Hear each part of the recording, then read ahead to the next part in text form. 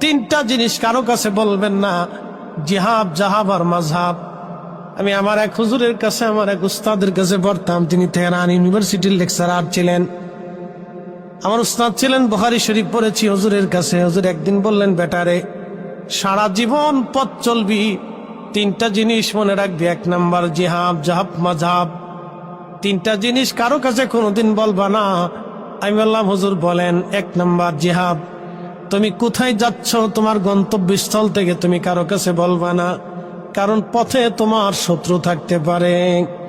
2 নম্বর, তোমার কাছে কি পরিমাণে অর্থ আছে তুমি কারো কাছে বলবা না, কারণ সম্পদের কারণে মানুষ দুশ্মন হয়ে যাবে। 3 নম্বর, এমন কোন স্থানে তুমি যে পরিচয় দেবা না তুমি আমলিগের লোক না, বিএনপির লোক না, জামাতের লোক, তাহলে পিটানি খাওয়ার সম্ভাবনা আছে। কথা ক্লিয়ার? এমন স্থানে তুমি যাবা, পরিচয় দিবা না।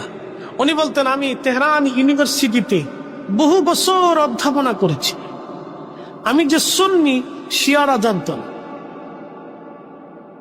বহু বছর আমি তেহরান ইউনিভার্সিটিতে পড়েছি, কিন্তু আমি যে সুন্নি তাদেরকে কখনো বুঝতে দেইনি। যদি তারা জানতো যে